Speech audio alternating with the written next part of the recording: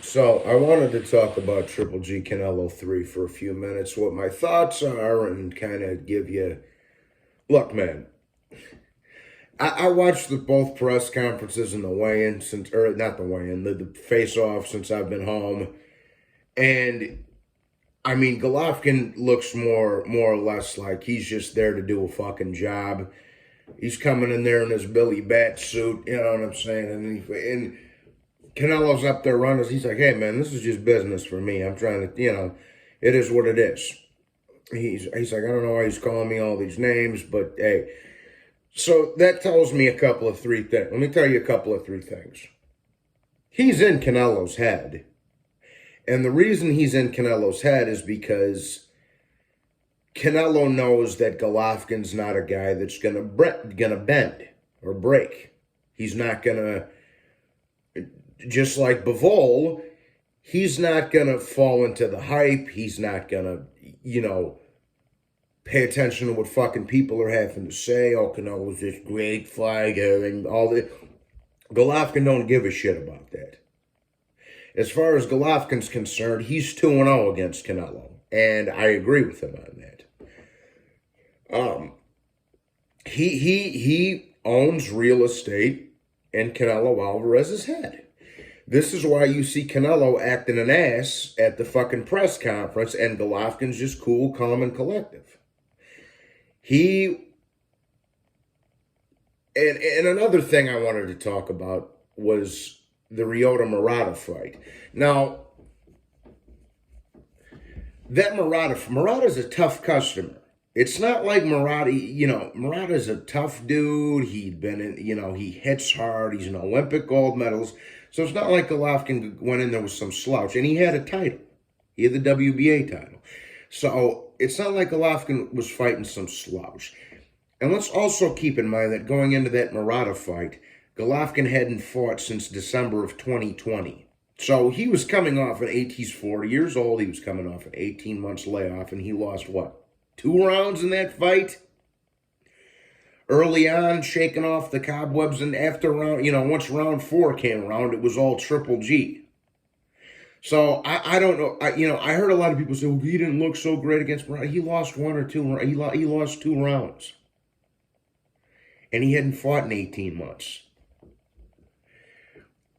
Now, maybe I have a false sense of hope. Maybe I'm hoping for the best. But, I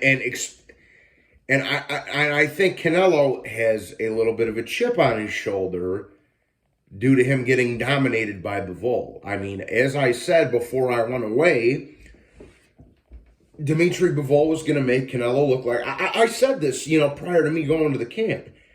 Dimitri Bivol was going to make Canelo look like a fucking amateur. My only concern... I said it all the way up until I went away. Towards the end of April there. My only concern in that... I knew Bivol was going to beat him. Like I say, had I been out for that fight, I would have done the Nate Diaz on you, motherfucker. I'm not surprised, motherfucker.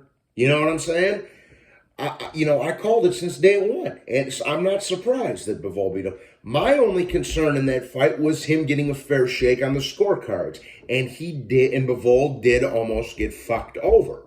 Now, the reason I'm bringing Bivol up, obviously Bivol and Golovkin are 2 different fights completely. Bivol's a masterclass boxer. He's got great footwork. Golovkin's more of a come for, I don't want to say a come forward brawler, but a guy who uses his power and aggression to wear you down, I would say, and then knock you out. But it is 2 different fights. But the reason I'm bringing Bivol up, it's obviously, styles make fights, but... And this isn't me even trying to shit on Canelo. This is just fuck Canelo, but this is just the truth. Canelo has such a big fucking ego problem that he's upset about how that Bivol fight went. So that's why you see him getting all in his feelings at these fucking at the Golovkin press conference. His ego's too big. Nobody's ever made this man check his ego, and these little fanboys on YouTube, like IBFP, like Punch Drunk, like Black and Brown and Minor Grams and the rest of them, they support this egomaniac, steroid fucking cheating piece of shit. to help boost his ego even further. So now that Canelo's had to fight two dudes that aren't going to get into the hype, two dudes back-to-back, Bivol and Triple G, that aren't going to bend to Canelo's will, that aren't just going to bend over and give him a victory, you see Canelo getting uptight and in his feelings. Because these dudes aren't Callum Smith, who are just going to sit there, cover up, and take fucking punches all night. You understand what I'm saying? They will not bend to Canelo's will. You want to know why? Because they're not soft. They're men. Bivol and Golovkin, I mean. They're men. They're not just going to, well, I'm just going in here for a payday. It's an honor to share the ring with Canelo out. No. I'm here to beat your fucking ass. And that's how both Bivol and Golovkin are. They're not going to be over there kissing it. It's an honor to share the ring with Canelo. He's such a great fighter. I just want to thank him for the payday. And no. And Canelo knows that. Now he's got an even bigger chip on his shoulder because Bivol fucking dominated him. He's having an ego trip, people. And that's why he's all up in his feelings at these press conferences. He's feeling froggy. Now, I'm going to have to put some serious thought into who I think is going to win that third fight. It is a couple months away yet. But I'm just going to say this.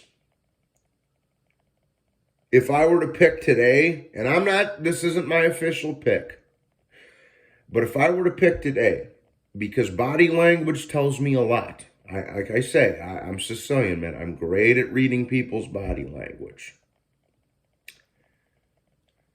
Canelo looked antsy and nervous.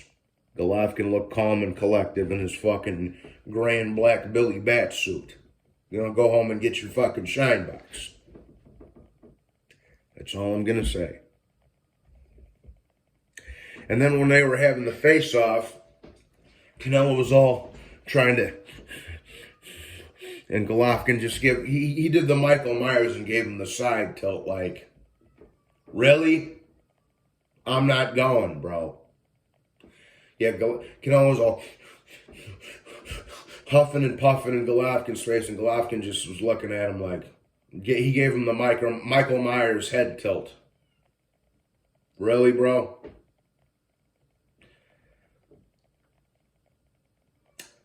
This is going to be fucking interesting, people. My radar's up. My spidey senses have kicked in. I'm very, very much excited, looking forward to this trilogy. And we got Usyk and Joshua, too, before this. But both of those two fucking fights I'm very much looking forward to. So those are just some initial thoughts that I have going into this third fight. All right?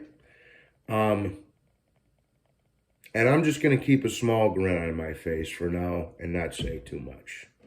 Please be sure to hit the like and subscribe. God bless you all. Have a wonderful Sunday. God bless you. Salute.